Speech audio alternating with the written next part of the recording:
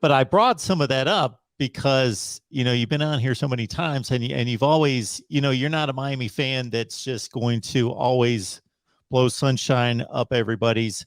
You're going to tell it like it is. So I know you're extremely happy, like just about everybody in the Miami family, about what's happened over the last 4 or 5 months ever since Mario took over.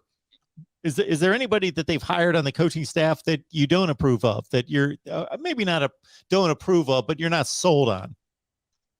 Not really, because I think they did a good mixture of young and older coaches. And I think they did a good mixture of bringing in, what do they call those guys? Like guys like Jason Taylor and stuff like that. And then Ed Reed actually is on the field. People say he didn't want to coach. He wanted to be a defensive coordinator. He didn't want to be able to.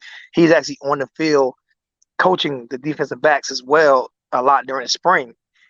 So I like the mixture. I don't want a whole bunch of old guys or a whole bunch of young guys. I need some experienced guys and then some smart guys who can learn from those guys. So there's not a coach on there that I don't approve of. Now when the season starts, you know what I'm saying, you're gonna start breaking down, well, this coach might not teaching him this or this coach might not be teaching him that. But at the same time, right now, I think that he did especially in the short amount of time that he did it, like especially the short amount of time. I appreciate that, Richard. Thank you, man. Especially the short amount of time that he did it. It was amazing to me how he brought these coaches in, because you think about it, we didn't start bringing in the coaching staff after recruiting. Like, recruiting was over when we started bringing in the coaching staff. So how do you get a top 15 recruiting class with no coaches? How you convince these guys to come over? How do you end up? And you got to think about when he took over, we were 89th when he took over in recruiting. We were 89th.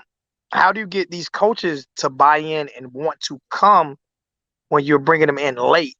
I think my only skepticism was he waited so long that it put the kids behind the 8 ball on learning the playbook, because they didn't know what playbook they were going to go with. But as of a disapproval of any coaches, I'm not. And this is the first time you hear me say that. Like I said, it could change week 4 or 5. It could change week 4 or 5. But as of right now, no, I approve of every single coach that's on the staff. Now, correct me if I'm wrong. For the last 4 or 5 years before the Cristobal hiring, you were kind of maybe you were completely outspoken 100%, or maybe you were just questioning, what is the commitment of this school and this administration to football? Do they just want to make sure we get to bowl games and make money and just so we're good enough to not be embarrassed and make money and get the TV money and do all those things? That's good enough. But kind of questioning a commitment to championships. But with the Cristobal hiring, it seems like they went all in on this. Yeah, it's not a bad word, but it's a bad word. I'm not going to kiss Miami's ass, because I bought season tickets since 2010. This was the first year I didn't buy season tickets. In the last 2 years, I bought them and gave them all away. This was the first year I didn't buy season tickets. So I'm not gonna kiss Miami's ass. I'm a true fan who loves the University of Miami. So I questioned, and I wanted the Manny Diaz hire until Manny Diaz became Manny Diaz Sr. I wanted the Manny Diaz hire, but it was Manny Diaz and a whole bunch of Manny Diaz's. And when you hire a young coach and you have a whole bunch of young coaches staff, you're gonna have problems. I felt like the coaching staff, they wouldn't commit to a quarterback. I felt like they wouldn't commit to a quarterback. I think, no disrespect to De'Aaron King, I think De'Aaron King held us back a year or two because these young quarterbacks needed to play. And you in order to move forward, I feel like this year, if you're a championship team, right? If you have championship aspirations, which Miami should have every single year, then there shouldn't be a stopgap quarterback. If you're a championship team, then let this young quarterback play. Whoever you decide, let one of these young guys play, so you don't have a stopgap quarterback. Because one position on the field that cannot be in question when it comes to football is quarterback.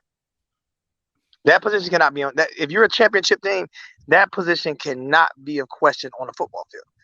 And so, if you have a quarterback, your chance, if you have a Heisman candidate quarterback, your chances of winning is tremendously better than if you have a stopgap quarterback. I mean, you just look at the difference between Trevor Lawrence and the guy that they have down there now. I mean, just look at the difference. Like, and they have the same skill players. They don't have Trevor Lawrence.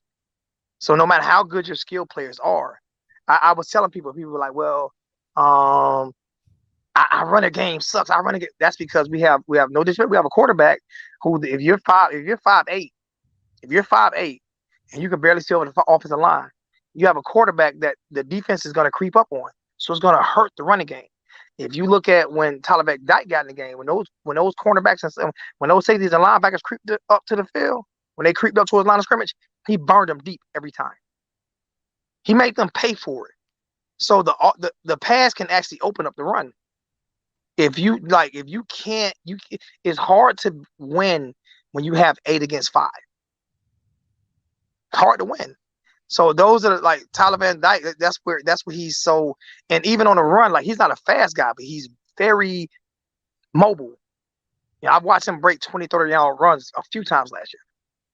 I think he had over 200 yards rushing last year. And I mean, that's good for a quarterback in 8 games. That's good. He's not going to just sit there and you're going to hit him, and he's not going to just look to run. He's not going to look one read and throw the football. He's going to go through his progressions, and then if there's nothing there, he's going to roll out. And then if he rolls out and he sees something, he's going to hit it on a dime. If there's nothing there, he's going to try to get 10, 15 yards. And he made the offense way more dynamic than I've seen in years.